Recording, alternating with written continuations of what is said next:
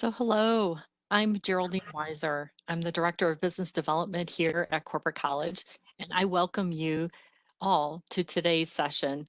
As we wait for the presentation to start, I just wanted to take a few moments to let you know a few housekeeping items. After today's session, a copy of the presentation will be emailed to you along with a link to our survey. And we really hope that you provide us your valuable feedback. We really do want to hear from you. Also, again, as I've come on a couple of times earlier, just to quick and make sure, do an audio check on your device. Make sure you can hear us clearly. Today, though, however, everyone is going to be muted. So we're asking that you enter your questions and comments into the chat box. And even though your chat messages won't be seen by your fellow attendees, George is going to be responding to as many of the comments and questions as possible during the presentation. And we'll also have time upon the conclusion for a little Q&A as well. So please be ready to chat. We want your participation. Real quick reminder, if you see the arrow facing the word chat, go ahead and click on that. It'll point it downwards and expand that box for you. And you'll also see the to address box. Please make sure that that address box is set to all panelists. So even though your fellow attendees won't be able to see it, Dawn, myself, and George will be able to see your messages. You can change that to, adjust it to different types of recipients, but if you could please send it to all panelists, that would be wonderful. All right, and with that, I want to officially welcome you to the webinar today. Good afternoon, everyone.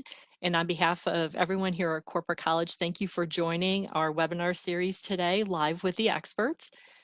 We really look forward to providing relevant information and tools and topics to support you and set you up for success. We find so many businesses today are not only adjusting work-wise, they're adjusting learning-wise as well, and shifting to that new virtual situation. Here at Tri-C, we're committed to serving you at this time of rapid change by providing resources that are actionable, that help you and your team succeed and thrive, wherever they may be working. They could still be at the work site or working remotely.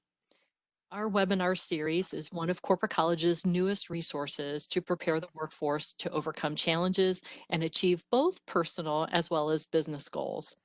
The series is comprised of 4 main themes, with today's theme focusing on virtual leadership. Other sessions to follow will focus also on working remotely, navigating a transition, and personal health and well-being. So, as many of you know, Corporate College has a very distinguished and wonderful, talented team of facilitators and subject matter experts.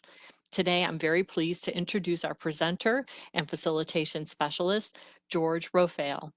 George is a Lean Six Sigma Master Black Belt and has facilitated over 150 Kaizen events, mentored over 400 Six Sigma and Lean project managers, and achieved over 250 million in validated benefits and savings.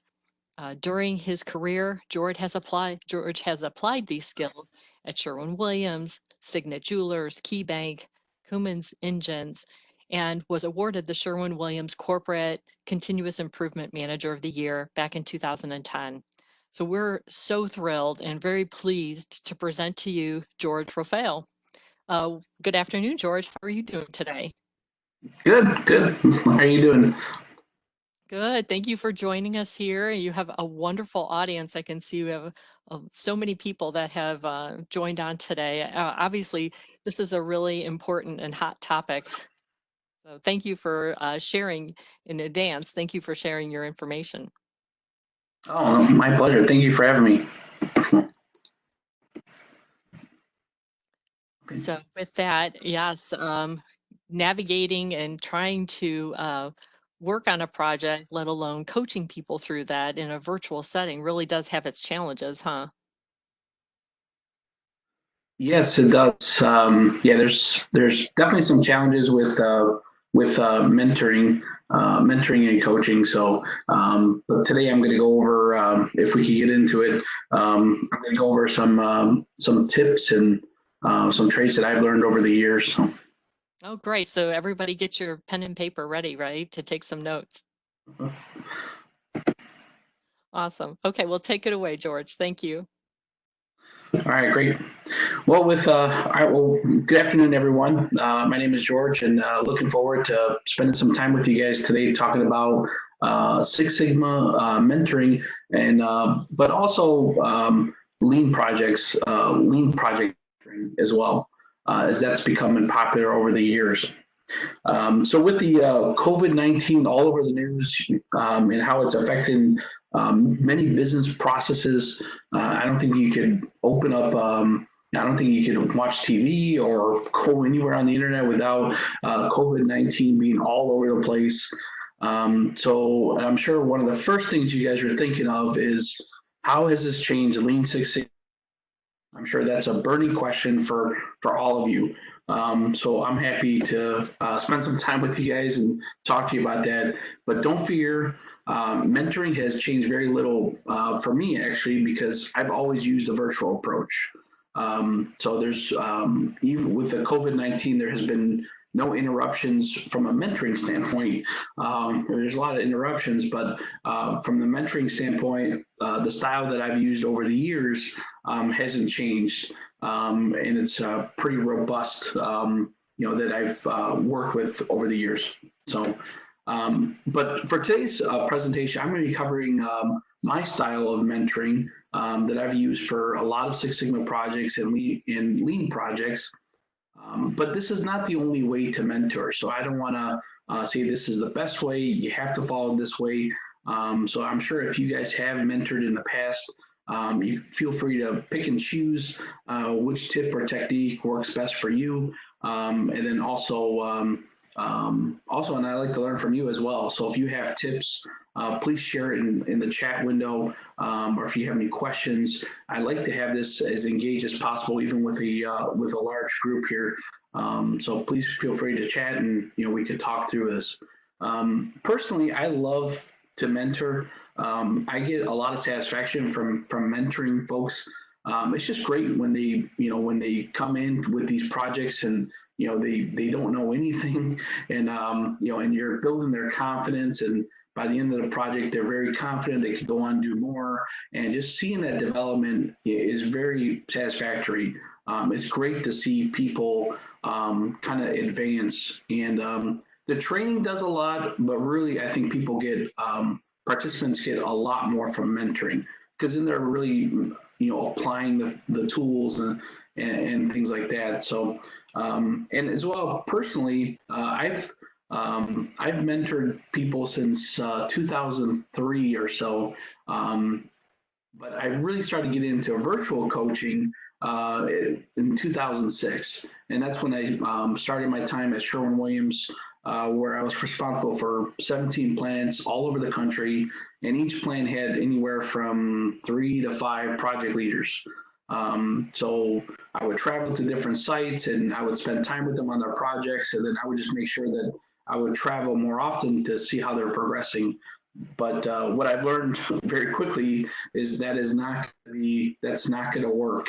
I needed more touch points, and traveling and being on site and being in person it's just not feasible, other than being on the road, all the time. So I need to set up some kind of a virtual approach for coaching, and that's really the way I started. And even now in my current role at Signa Jewelers, most of our project leaders are on site. I still do the virtual approach, even if they're still in the office, because I find it more efficient. It's more effective. So I've always found this to be a very good approach. And with mentoring, I've learned a lot personally. I learned a lot more about the tools and the techniques and some of where people struggle with. So mentoring has brought a lot of knowledge to me, because I have to understand the tools for me to best mentor my participants. So that's really important. So let's take a step back and talk about what is Lean Six Sigma mentoring. So along with any kind of Lean Six Sigma training or lean training, it's very common to do a project that's done in parallel. It's really highly recommended because it's a great way to really understand the tools and methodologies. Um, because it's one thing about sitting in a classroom or sitting on a WebEx, kind of getting the training. You're just kind of flooded. It's like drinking out of a fire hose. It's just a lot of information. At one company I was at, we literally had 2 weeks of training. It was 1 week, and then we had about 2 months in between, and then the second week. And we literally give them 80 hours of materials, and we force fed them all this materials. It's a lot of stuff for them to learn in training, but they really don't understand the tools until they actually do a project. And oftentimes, a project is successful completion of a project will lead to certification. So that's often a very important prereq for certification. So for mentoring, a green belt or black belt, whoever's going through training, is usually paired up with a mentor or coach, and that person stays with them until the project is complete. So all the way to the time that project is validated, financially validated, and they do their final report out. That coach stays with them, and oftentimes it's well beyond the training. Um, and the trainers and the mentors do not need to be the same people, and it really depends on the company or program. Some training programs are online; it's done by a third party. In some small companies, the trainer is the mentor, but they don't need to be the same person. And again, if you have any questions or please type in the chat. I could stop or slow it down there. So. So when you start the mentoring, it actually starts before the training. It actually starts well before the training. You actually you need to reach out to the project lead and vet out the project charter. So that's really important. Without a good project, it's going to be hard for them to go through training. And oftentimes, if they don't have a good project, they don't go to training. It's a prereq. And we don't wait for them to start the training to do their project. They have to have a project going into the training. So when I look at a project charter very early on, a few things that I'm looking for is the problem statement and business case. Okay, so the problem statement, and I know it sounds simple with a problem statement, but it's very complex. The problem statement shouldn't have any solutions, no root causes. It's just what is the problem that we're trying to fix, and then what's the business case? Is it worth doing that project? What's the primary metric? There's a lot of problems out there that we don't know how to measure, and they're valid problems. But the issue is we don't know if we're making the process better or we're making the process worse without a metric. So a metric would definitely be needed for a Six Sigma project. And then also, somebody, usually some higher up managers will ask, well, how much did you save in this project? So we need to make sure that the savings is there. And then also the scope. And it's okay to have a high scope and then kind of keep scoping it down. But you need to kind of start talking about the scope there. And usually what I do is I look for, the problem statement, metric, and the savings. To me, they all need to tie together.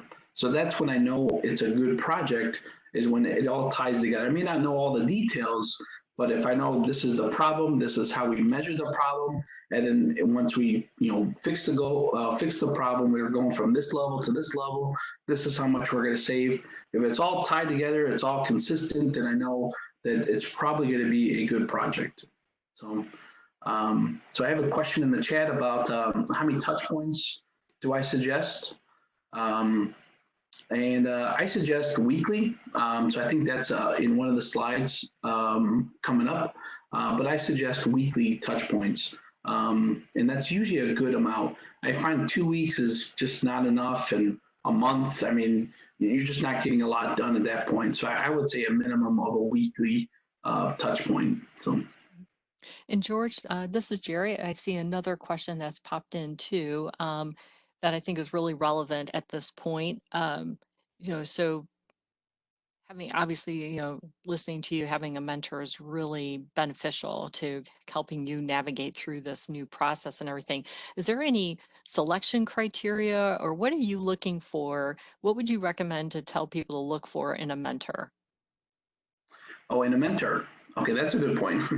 um, well, I think that's good. That's a very good question. So if we're looking for mentors to do this, obviously they need to know the material. They need to know the material. They need to be able to explain the material. So good communication skills is very important. Um, and yeah, and just the ability, the willingness to learn, willingness to help.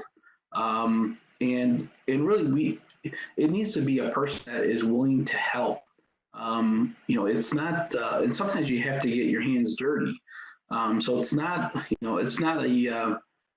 mentoring is a little bit different than a manager where you're saying, all right, where are you at? You missed this. You got to do a better job here. All right, let's meet next week, but this has to get done. That needs to get done.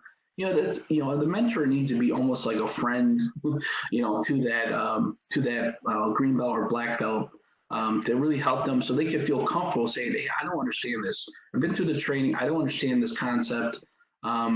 So that's usually the best mentors that I've seen. It's just the ones that are wanting to help and kind of work with them and sometimes get their hands dirty. But they definitely need to know the materials and know how to coach there, because that's a critical piece.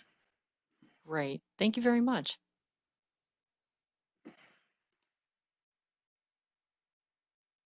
So training the candidate assessment. So before so now we have a good project. We have a good project. Now we're looking at the candidate themselves, and I always call them candidates, participants. It's kind of all intertwined. I don't really call them a green belt or black belt until they're actually certified. But before you mentor, you have to assess the candidate. Okay. So this candidate should be motivated and interested in change. They can't be forced into the training. They have to want it. They have to be logical and data oriented. Some people are just afraid of data. I mean, they look at data and they just kind of freeze and they don't know how to, what to do with it. They need to be process oriented. They need to be career driven. And it's okay. I get this a lot from upper management of, well, if we train these people in Six Sigma, they're going to leave and, we're going to see a higher turnover. And my response is, well, if you don't train them, they're going to leave. So it's always a risk, but we still need to have, keep building the skill level there. And we do have some turnover, but we also see a lot of people, getting promotions and really advancing through the company, so it has to be career driven and it has to be something that they could put on their resume. So they have that personal drive. The other thing is they need to have some kind of computer literacy. So they need to be, at least have a basic or maybe a more advanced knowledge of Excel, PowerPoint, or Visio. Visio is just a process mapping software. So it's whatever software you use to do process mapping. Another big thing is the time. They need to have the time to do the training or to do the training and do the project. Over the years, I found that's the biggest problem with candidates. You just don't have enough time to do it. And then they all, can they work well with teams? And that's another critical skill that I found over the years has been just been. I guess you never know like how. I think a lot of times people take the soft skills for granted. But I can tell you, none of these projects ever fail because someone doesn't know how to do a T-test. It fails because they don't communicate. They don't facilitate meetings well. Their team turns on them. So that's so the soft skills is really important.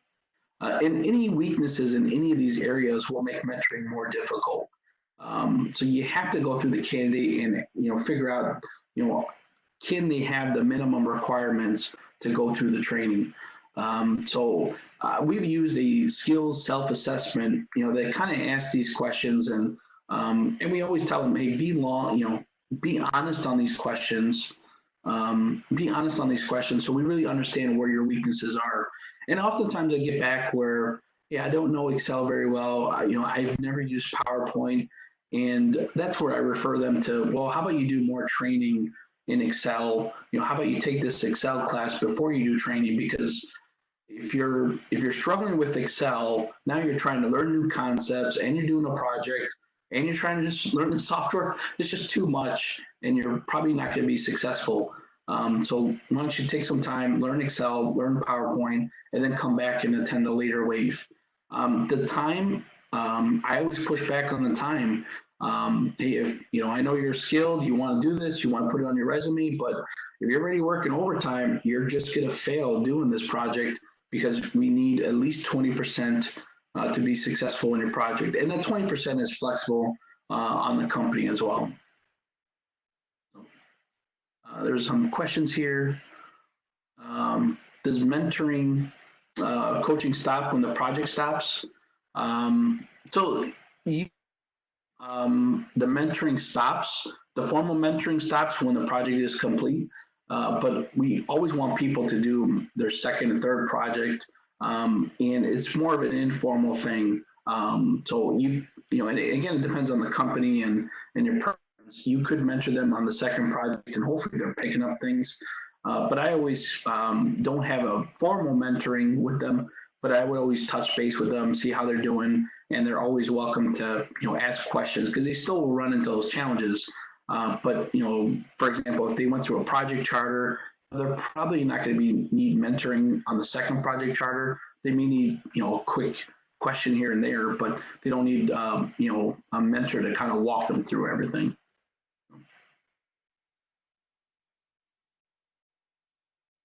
And honestly, it depends on the person too. I mean, some people, after doing one project, they just take off and do dozens more. And then there's others that, do one project and they still don't have the confidence to do the second one. And it kind of comes back to, some of these qualifications, these prereqs, and just how comfortable and how strong they are. So we can't talk about mentoring without talking about the sponsor. So the sponsor is the single biggest factor to the success of a green belt or black belt. It's so important. And I would really, I do not mentor anyone without a good sponsor. I just don't do it. It's just a waste of time. So the sponsor needs to be active in the project, not just passive support. And we see this a lot. When we say active, that means they want the project done. They're invested in the project. They care. They feel like the project's important. Not just passive support. Because I see a lot of managers like, well, go ahead and run this project and just let me know if you have any questions, or I'm here to help. And those passive support, it just doesn't do it. You need someone that's going to be active, that's going to be pushing to get these projects done. The sponsor needs to have the ability to knock down barriers. They need to have that control, either influential control or real managerial control. The sponsor does not need to be Six Sigma or Lean certified.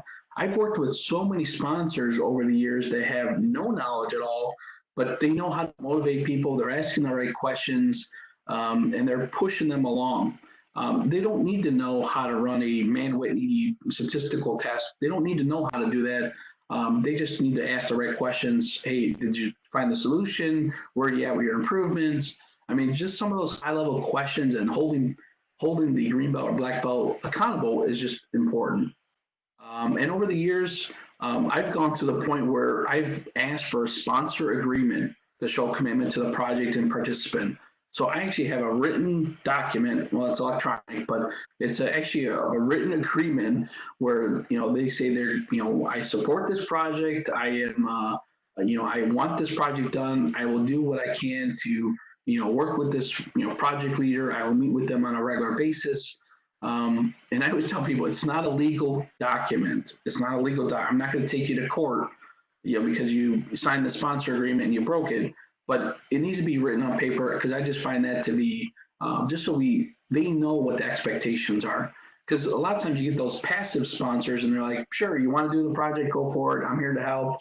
It's like, well, hold on, read the sponsor agreement and, make sure you're comfortable with everything here before we actually move forward. So that's a best practice that I've learned over the years. And also, I recommend the sponsor does not attend the mentoring meetings, because in the mentoring meetings, there's a couple things there.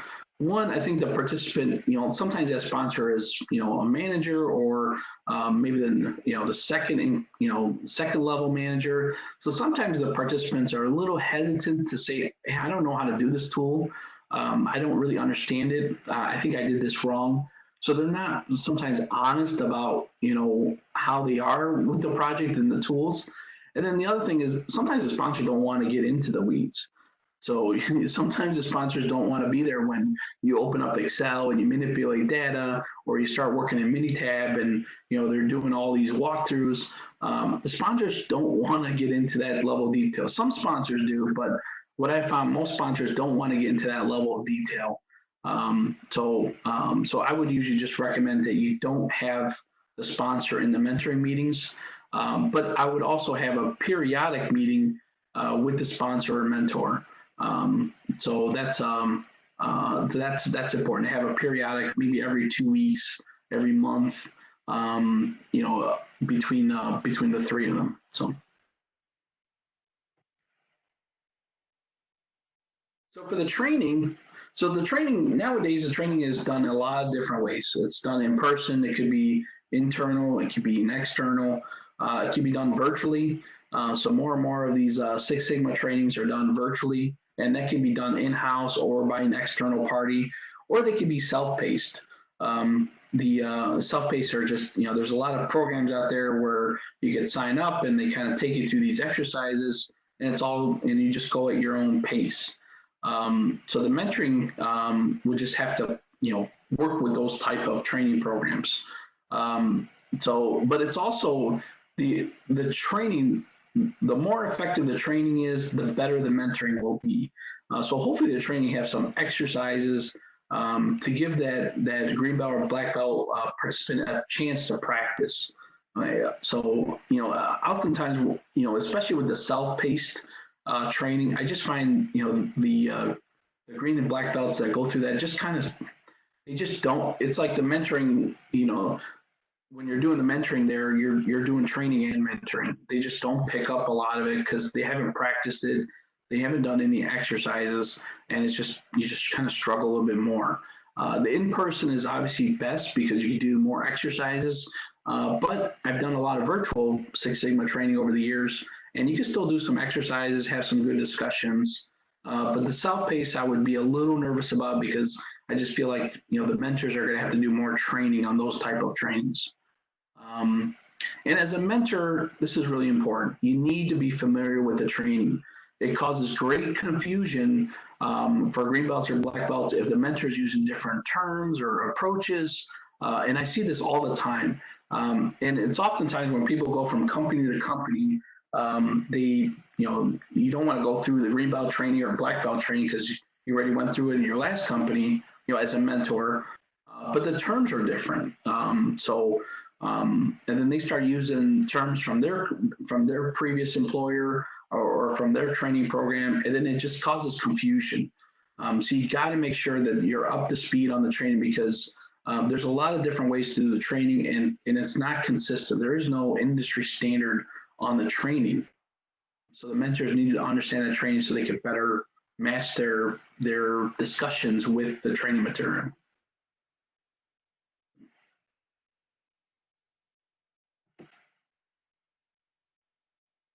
So the project TOGI or presentation. So I've seen some project training where they don't even have a template for the project work. So the training, and this is, it could fall in line with the training perspective or the mentoring perspective, but there needs to be a standard template for the project report out. And I like to use these project templates or project report outs as a roadmap or as a guidance where well, what's next on the template? Okay, so now you did your project charter. Well, let's go to your site block diagram. Okay, let's go to your process mapping. So that should give them a little bit more comfortable feel about a little bit more comfort on what are the next steps and how does this look together. Oftentimes, you know, when people are going through green belt or black belt training, their biggest aha moments is just kind of how everything comes together.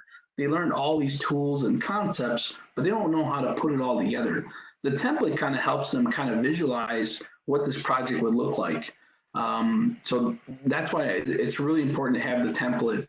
Now, not all projects will follow this template because some projects get more complicated. Let's say you have a measurement system analysis where your measuring tool is just broken. All right, well, you're going to need a little bit more work than the average project. So you may not follow the exact template. You may need extra slides or extra templates. And that's fine. It happens. But not all projects will follow that exact template. And usually when I meet with a project leader or a green belt or black belt, I would ask them, all right, let's see your project tollgate or let's see your project report out. And then I can see where they're going and you can see like how the project is starting to be built. So that's the primary tool that I'm using to see how well they're doing on their projects. Now, the project templates that I've created over the years actually has, what I've done is I put more tools in there, but then I've marked which slides are required. So for example, a project charter, it's required. So that's, you need to do it. So that's usually highlighted. When you get into like MSA, if you need to do a gauge R&R, well, you don't know if you need to do a gauge R&R, so it's not required. So I would just put it in there, but it's not a required slide. Process map, that's required. So I'd make sure they know that. So over the template, the template is a little bit longer, but they kind of know what slides they need to do. So that way, there's more tools in there. So, but very important to have a tollgate or presentation report out there. Any questions on this? In a lot of training programs, this is provided. So the mentoring meetings. So the mentoring meetings, before they get started, they should have some kind of a introductory session. And this introductory session should be, it could be in person, it could be done in person, or it could be done virtually. The camera is needed for the intro. So you gotta look them in their eyes, you're excited about the training, so you need to have that connection before you get started. It's recommended to do it in person, and then all the other meetings can be done virtually. The mentoring sessions, I usually schedule it weekly, and it's usually on the same day of the week, and it's scheduled for 30 minutes. I like to schedule all my mentoring on Mondays. So Mondays, I usually have back-to-back-to-back mentoring meetings, just because, it just doesn't, I find Mondays is just kind of a better day for me. I don't know why, but it's just a better day. I can schedule them and I can just get them out of the way for the week. The sessions need to be held regardless of progress. So you as a mentor should never cancel a session. You get this a lot where people are like, I didn't get much done. I had some issues. You still got to meet.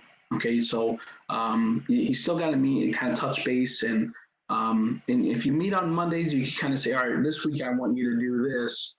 And again, if it's, if you only need 10 minutes for a touch point or 15 minutes, then, but you need to stay disciplined on the meeting, never cancel without a reschedule. So never let a green belt or black belt cancel without a reschedule, unless they're out that week. So unless there's a really good reason, then yeah, that's okay. But don't ever let them cancel without a reschedule. The meetings can be done virtually, and I actually recommend that they are. I think they're more efficient. You don't have to go from meeting room to meeting room. So again, all my mentoring meetings are set up on a Monday, and I just pop in from one virtual session to another. It's very easy to transition, and it's just more efficient. But once you have the introductory meeting, then you can have these virtual meetings. And the concerns should be raised if the participant or the sponsor is regularly rescheduling or canceling.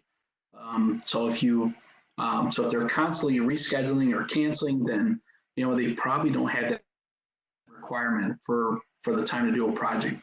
So that should raise a red flag. And I've also seen mentors cancel. That just sends a bad sign, and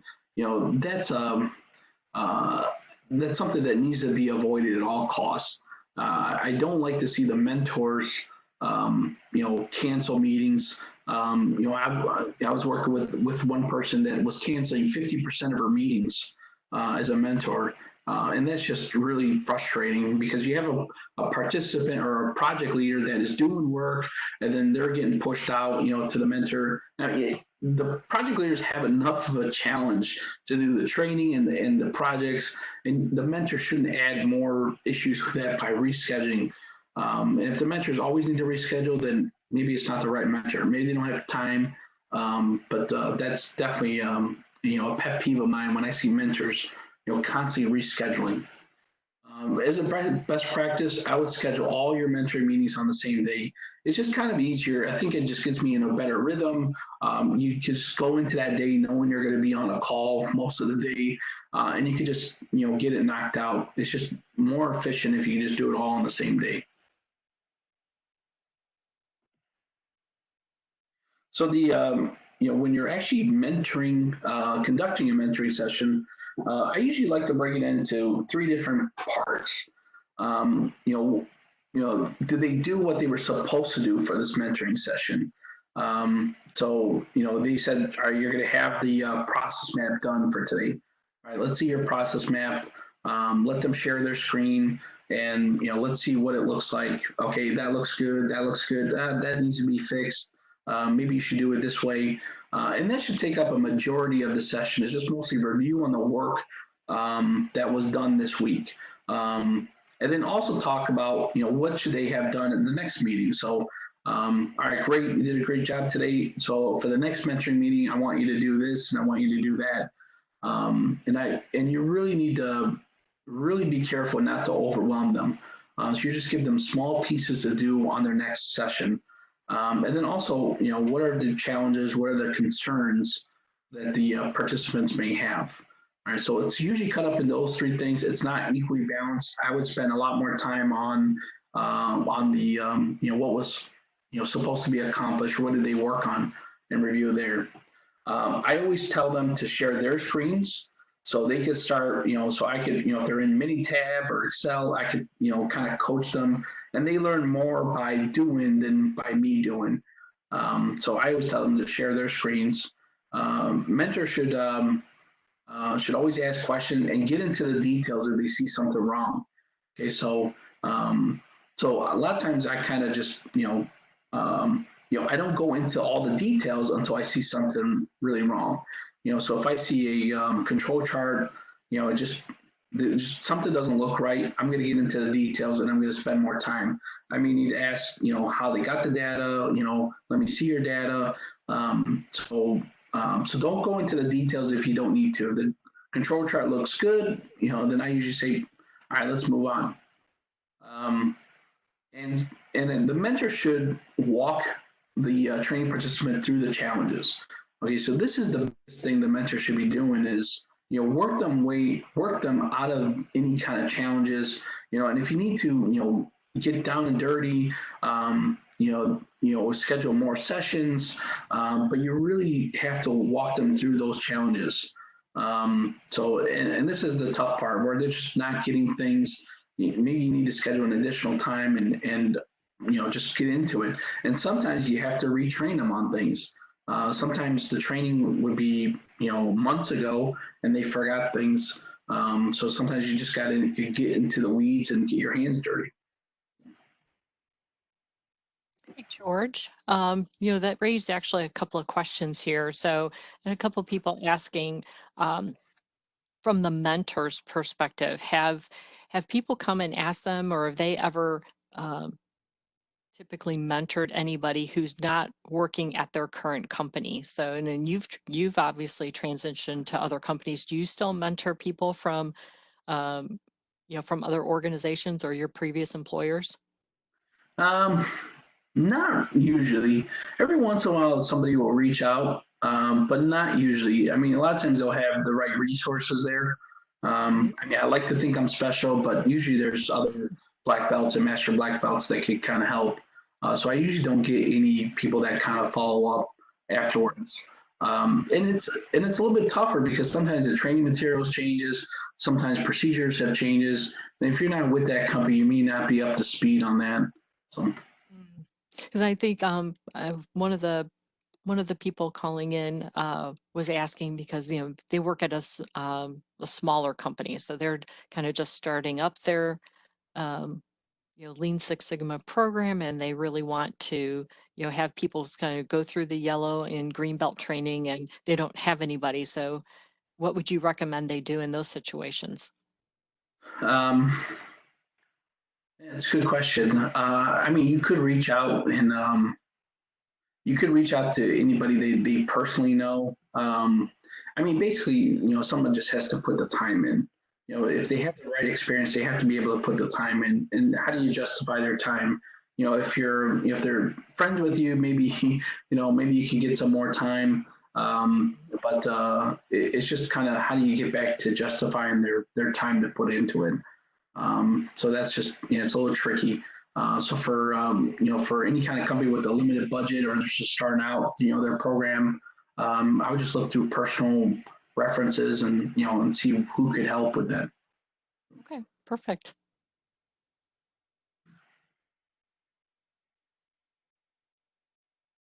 So other things that for mentoring sessions, um, so the mentors need to provide direction on the next steps, and it needs to be clear on the expectations. Okay, so that's really important. It can't have fuzziness. So it needs to be clear because the more clear you are on the expectations for the next mentoring meeting, then the better it is. So for example, next week I want you to start your process mapping. Okay, do you remember how to do it in Visio? So remember, when you're starting a process map, you want to have an oval to start, a box for a process step, and a diamond for decisions. So kind of give them some high level, some high level tips on the steps, just to kind of refresh their memory. But make sure that they know they have to do the process map by next meeting, and just kind of talk about the high level training just to make sure they feel comfortable with it. So if they feel comfortable with it, it's a clear direction, then that's what you should get the next meeting. If you don't get that by the next meeting, then all right, what happened? So did you get distracted? Are you not committed to the problem? And it's a way for you to hold them accountable on what was expected. Um, One of the best practices, and I've really pushed on this over the years, and I've made pieces smaller and smaller depending on how comfortable I feel with that green or black belt. But you got to give them small pieces to do, so you don't overwhelm that person. So if you have someone that is just really sharp and they're on top of the game, you don't want to slow them down either. So I would usually tell them, all right, I want you to do this process map, but if you get this done, then I want you to. Or sometimes if I really don't have a lot of confidence, I would say just give it a shot. Just put something on paper and let's see where you are. Sometimes the first step is just opening that file and just trying it out. But you got to give them small, attainable. Back to that SMART acronym. Be specific, measurable, actionable. You have to make it very small so they can achieve that by the next meeting. And oftentimes I find when you give them small pieces, you're building their confidence, to get into it. People are just scared. This is the first time they're doing the project and the first time going through the training. They don't want to fail. So sometimes you just got to get them going and give them small pieces, builds their confidence, and it doesn't have them feel overwhelmed because that overwhelming feeling is very, very common going through this training. It's very common. But when you give them small, attainable steps, then they feel good about it. And then before you give them an assignment, you want to provide a quick refresher on the training. So if you find them, just something that I just mentioned about the process map, just some quick points, some things that they should concentrate on. Nothing more than a couple minutes on the tool. But if they need a lot more, if they're like, I have no idea how to do a process map, or I have no idea how to do this, like, okay, well, why don't you go back to the training material? Why don't you review that a little bit more, and then let's talk about the questions there. But if you're constantly training when you're mentoring, it's just going to make things harder. It's just going to delay things. But you got to push that back on the participant. Say, hey, go back to your training material and reread the section if you feel like they're really far off on it.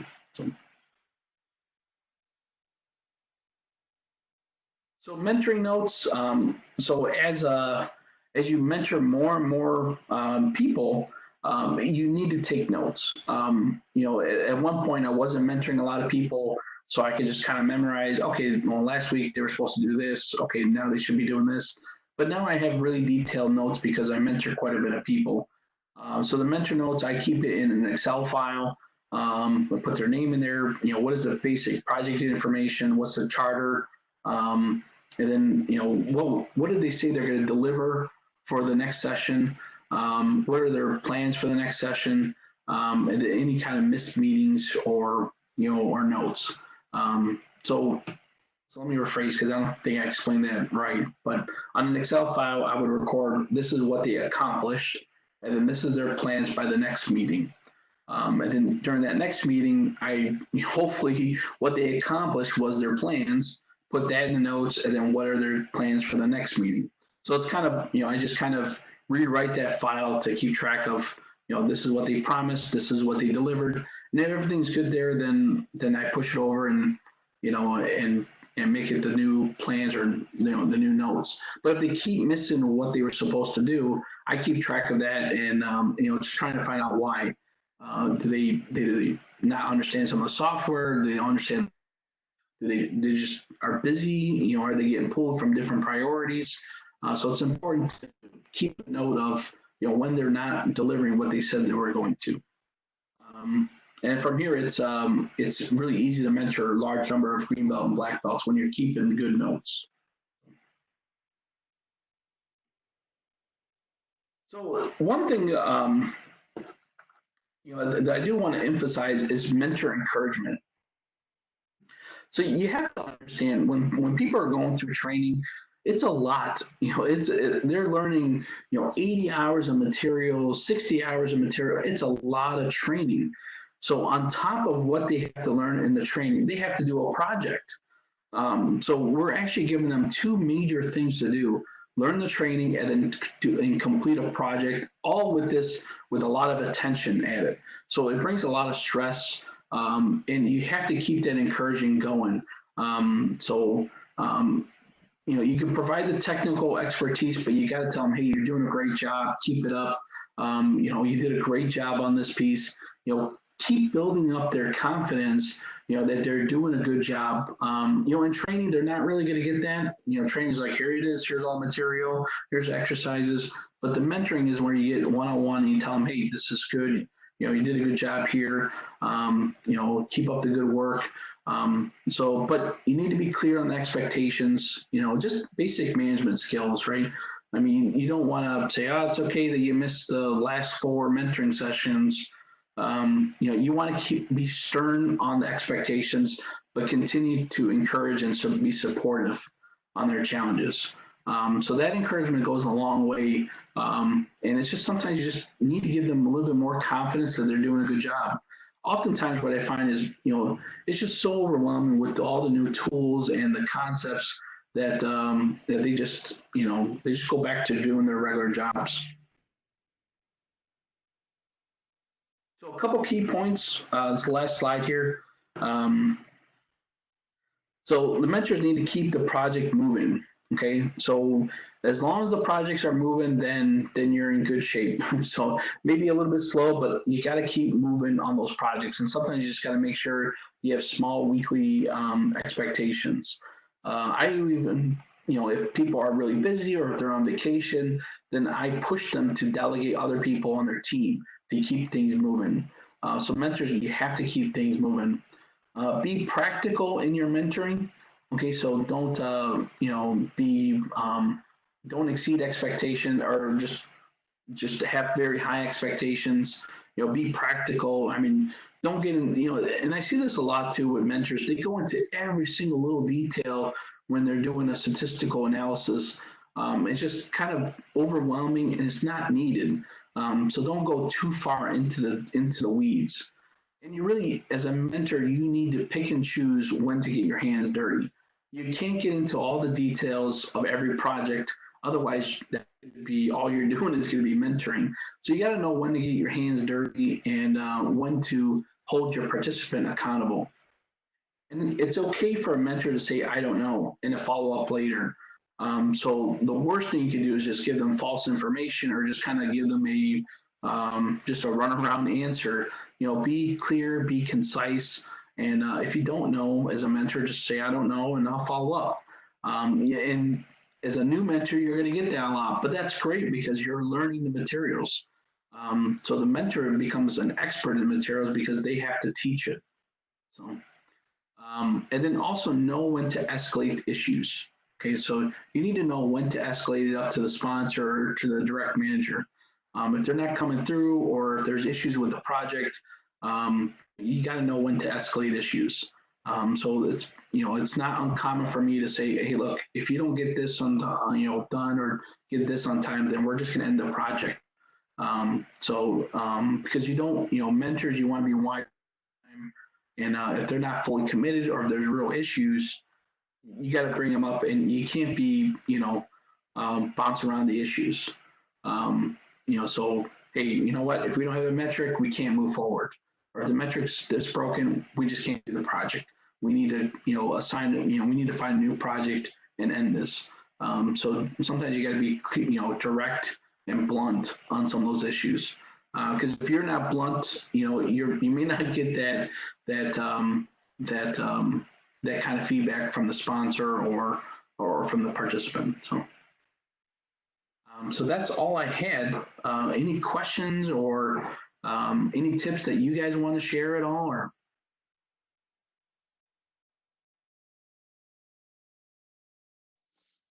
So George, I thought, that was extremely helpful. Really, it sounds like, obviously identifying the right mentor within the team, within your organization, and really kind of building that trust with them, building that accountability is so incredibly important. yeah, it's really important. And with anything, it just takes practice. I mean, mentors, you just have to practice a little bit more, and you'll pick up on it. So, but it's a great way to learn the material and to grow the organization. So, but yeah, it just takes practice. So. Right. And helping them with their final presentation, because that's got to be the most kind of nerve-wracking part of the whole project too, is then reporting out. Yeah, I agree. I mean, but if they're meeting weekly and you're asking them for their tollgate update or their template update, they're building their presentation as they go along.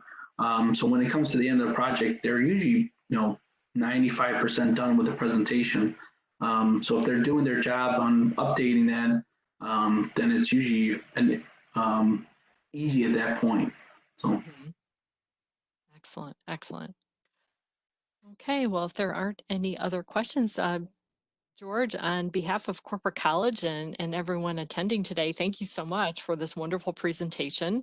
And I want to extend a thank you to everyone on the webinar today for joining us as well. I think, for me too, these tips have been very, very helpful in learning how to be a good mentor and to be a good mentee. It's a two-way street, and really building that accountability on both sides.